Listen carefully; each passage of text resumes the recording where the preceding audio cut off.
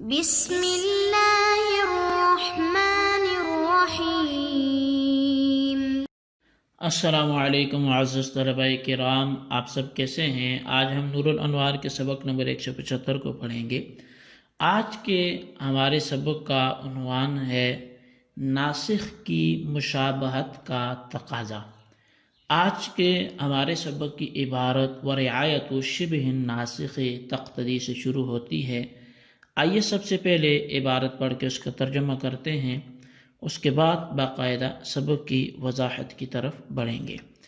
مصنف علیہ رحمہ لکھتے ہیں ورعایت شبہ الناسخ تقتضی الا یصح الاحتجاج بالعام اصلا لأن الناسخ مستقل وكل مستقل يقبل التعليل وإن لم يقبل الناسخ بنفسه التعليل لئلا تلزم معارضة التعليل النصف۔ اور فرمایا کہ ناسخ کی مشابہت کی رعایت اس بات کا تقاضا کرتی ہے کہ عام سے استدلال کرنا بھی درست نہ ہو، اس لیے کہ ناسخ مستقل ہوتا ہے اور ہر مستقل تعلیل کو قبول کرتا ہے، اگرچہ ناسخ بنفس ہی قابل تعلیل نہیں ہے تاکہ نص کے ساتھ تعلیل کا معارضہ لازم نہ آئے۔ وَإِذَا قَبِلَ التَّعْلِيلَ فَلَا يَدْرِي كَمْ يَخْرُجُ بِالتَّعْلِيلِ وَكَمْ بَقِيَ فَيَصِيرُ مجهولا وجهالته تؤثر في جهالة العام فلرعاية الشبهين جعلنا العام بين وقلنا لا يبقى قطعيا ولكن يصح التمسك به۔ اور جب ناسخ تعلیل کو قبول کرتا ہے تو معلوم نہیں کہ تعلیل کی وجہ سے کتنے افراد خارج ہوں گے اور کتنے افراد باقی رہیں گے، بس مخصص مجہول ہو جائے گا اور اس کی جہالت عام کی جہالت میں مؤثر ہوگی۔ بس دونوں مشابہتوں کی رعایت کرتے ہوئے ہم نے عام کو بین بین کر دیا، اور ہم نے کہا کہ عام قطعی تو نہیں رہے گا لیکن اس سے استدلال کرنا یہ درست ہو جائے گا۔ وَإِذَا كَانَ دَلِيلُ الْخُصُوصِ مَجْهُولًا فَيَنْعَكِسُ الْمَعْلُومُ يعني أن رعاية شبه الاستثناء تقتضي ألا يصح التمسك بالعام أصلا لأن جهالة المستثنى تؤثر في جهالة المستثنى منه والمجهول لا يفيد شيئا ورعاية شبه الناسخ تقتضي أن يبقى العام قطعيا لأن الناسخ المجهول يسقط بنفسه فلرعاية الشبهين جعلنا العام هاهنا أيضا بين وقلنا لا يبقى قطعيا وَلَكِنْ يَصِحُ التَّمَسُّكُ بِهِ۔ اور جب دلیل خصوص یعنی مخصص مجہول ہو تو معلوم کے برعکس ہوگا، یعنی استثناء کے ساتھ مشابہت کی رعایت تقاضا کرتی ہے عام سے بالکل بھی استدلال درست نہ ہو، اس لیے کہ مستثنیٰ کی جہالت مؤثر ہوتی ہے مستثنی منہ کی جہالت میں، اور مجہول کسی چیز کا فائدہ نہیں دیتا، اور ناسخ کے ساتھ مشابہت کی رعایت تقاضا کرتی ہے کہ عام قطعی باقی رہے، اس لیے کہ ناسخ مجہول خود ساقط ہو جاتا ہے۔ بس دونوں مشابہتوں کی رعایت کی وجہ سے ہم نے یہاں بھی عام کو بین بین کر دیا، اور ہم نے کہہ دیا کہ عام قطعی تو نہیں رہے گا لیکن اس سے استدلال کرنا یہ صحیح ہوگا۔ جی طلباء کرام، یہ ہمارے آج کے سبق کی عبارت اور اس کا ترجمہ تھا جو آپ نے سماعت کیا۔ آئیے اب آج کے سبق کی وضاحت کی طرف ہم بڑھتے ہیں۔ تو مصنف علیہ الرحمٰن ناسخ کی مشابہت کی جو تقاضا ہے اس پہ کلام کرتے ہوئے فرماتے ہیں کہ ناسخ کی مشابہت کی رعایت اس بات کا تقاضا کرتی ہے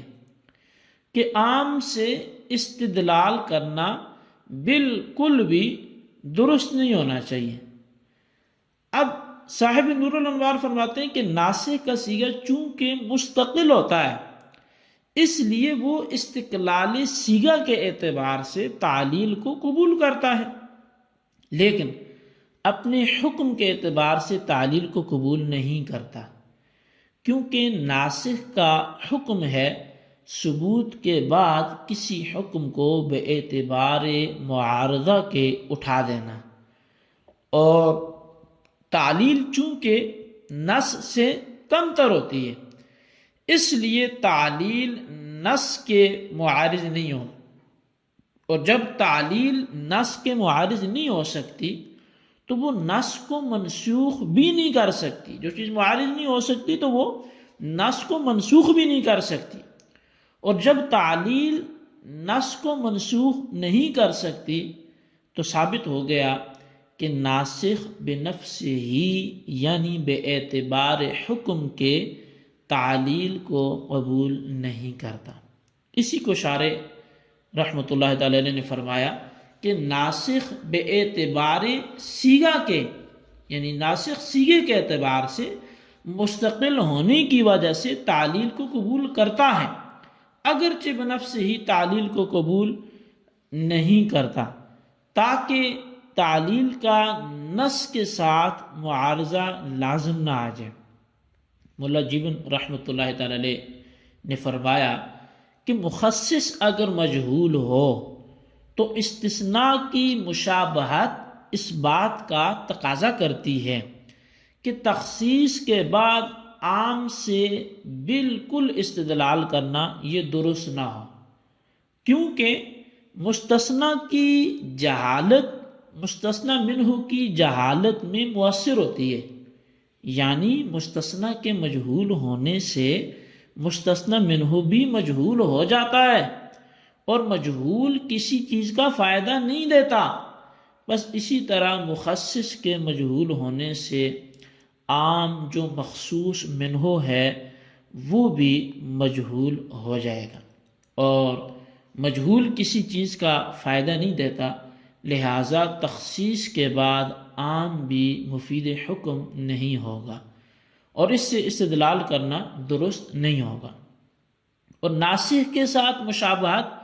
اس بات کا تقاضا کرتی ہے کہ تخصیص کے بعد